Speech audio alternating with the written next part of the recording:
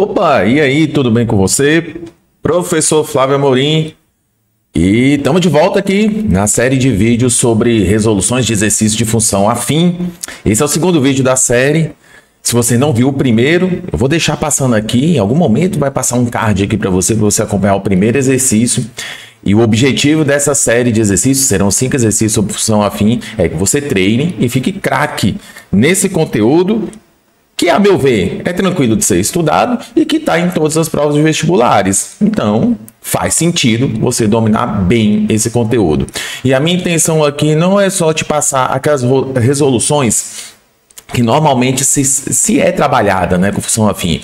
Eu vou te mostrar também que a geometria analítica é um instrumento poderoso para poder resolver esse tipo de exercício apresentado nessa situação que nós vamos ver aqui, beleza? Então, bora lá.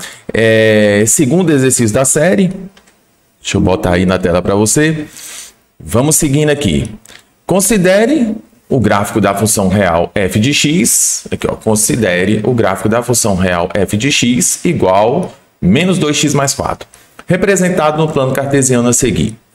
A função afim g de x, cujo gráfico é simétrico ao dessa função f de x em relação ao eixo y, é dada por... Aí temos as opções aí. Então, esse aqui é um tipo de exercício que a gente precisa ficar atento a alguns detalhes. Esse gráfico que está aí na tela é a representação de uma função f de x. É isso que ele falou aqui, ó. Dessa função, ó, f de x. É isso que está na tela. Então, aqui é o gráfico da função f.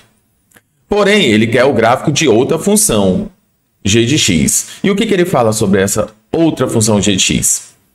Que é simétrico ao f de x em relação ao eixo y. Ok. Quando a gente fala de simetria, aqui em matemática, simetria de gráficos, é bom você pensar como se você estivesse se olhando no espelho, tá? E o referencial que ele está dando aqui, quando ele fala em relação ao eixo y, que é o referencial, é como fosse o espelho, tá? O eixo y é como se fosse o espelho e a função f de x vai se olhar para o espelho. Você, quando se olha no espelho, a sua imagem, você, espelho, e a sua imagem refletida, ela vai ficar logo atrás do espelho, a mesma distância. Isso é conceito da física, tá? O que eu estou querendo te dizer é como se fosse assim. Antes de resolver a questão, para você poder sacar direitinho, se você tem alguma dúvida em relação a essa história de simetria. Se você tem, digamos assim, ó, um espelho aqui. Aqui está o plano que você está. Se você está aqui, a sua imagem vai ficar assim no espelho. Tá vendo que eu sou bom de desenho, né? Então é o seguinte, se você está a uma distância, vou botar aqui, ó, se você está a uma distância de 1 metro em relação ao espelho, a sua imagem também estará 1 metro atrás do espelho, tá? O referencial é o espelho. E o que isso tem a ver com essa questão? É a mesma forma de raciocinar. Se o gráfico que eu quero é simétrico desse f de x em relação ao eixo y, o eixo y é como se fosse o espelho. Esse espelhinho aí, ó, que eu botei como referencial, tá aqui, ó.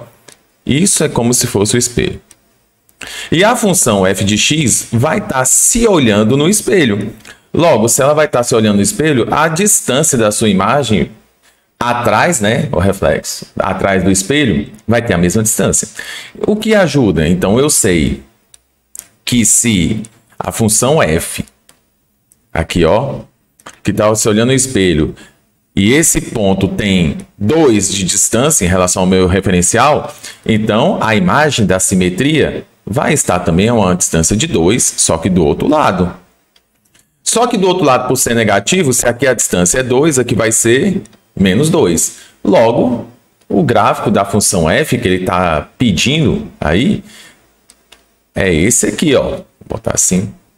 Esse é o gráfico solicitado, ó. Esse é o gráfico de g de x. A questão é simples de fazer, tá? Aqui é mais para a explicação sobre simetria. Então, ó, usando de uma técnica infalível, que é malandragem, que você precisa ter em todas as provas de vestibular, você não precisa resolver essa questão toda. Se você já sabe que a sua função G toca o eixo das ordenadas, né? O eixo Y, num ponto igual a 4, isso quer dizer que o coeficiente B da função y igual a x mais b vale 4. E esse coeficiente B indica onde a reta toca o eixo Y, o eixo das ordenadas. E quando você olha aqui ao lado nas opções, você vê que só uma opção tem esse 4, que é o da letra A, que é a resposta. Tá? Não basta só saber conteúdo em provas de vestibulares, tu tem que ter malandragem. É isso que eu chamo de malandragem. Tá? Você não é obrigado a resolver a questão inteira, já que tem as opções. Ok, mas a intenção aqui é a gente estudar. Então, bora dar ver como que eu posso resolver isso. Digamos assim, e se não tivesse essas opções, como é que a gente faz? O caminho, né? O caminho, digamos assim, mais tradicional, mais clássico, igual eu falei no outro vídeo de resolução, é você ir pela definição da função, que é a fórmula que está aí, ax mais b, y igual a x mais b, pegar os dois pontos que contém essa função. No caso aqui, os pontos são os pares ordenados. É o menos 2 e o 0, que é esse par ordenado aqui. E o que eu já te falei, o que passa no eixo das ordenadas, 0 e 4. Você pode substituir e montar um sistema. Vamos fazer um pouquinho diferente? Como eu já sei que o coeficiente B dessa função vale 4, você já pode ir, então, montando ela aqui, ó, ax mais 4. Para saber quem é o coeficiente A, taxa de variação, tem formas e formas de calcular isso aqui. Pega o outro ponto e já substitui. É 0 no y e menos 2 no x. Aí você vai ficar com menos 2a mais 4. E aqui você resolve essa equação. 2a igual a 4, a é igual a 2. Logo, a função g de x solicitada tem coeficiente A igual a 2, então você fica com 2x, e o coeficiente B a gente já tinha visto que vale 4. 2x mais 4. Portanto, está aí, ó, a solução completa da questão 2, da nossa série de 5 vídeos sobre função afim, o que confirma o item A como solução. Beleza? Questão simples de ser resolvida. Aqui o grande lance é para a gente sacar de simetria. Massa, mas mais uma vez, eu não vou parar por aqui, né? Eu vou te mostrar uma outra forma de fazer esse mesmo exercício, já com esse conhecimento todo que a gente adquiriu aqui, usando da tão amada e querida geometria analítica. Então, ó, mesma questão, só que agora usando conceitos de geometria analítica.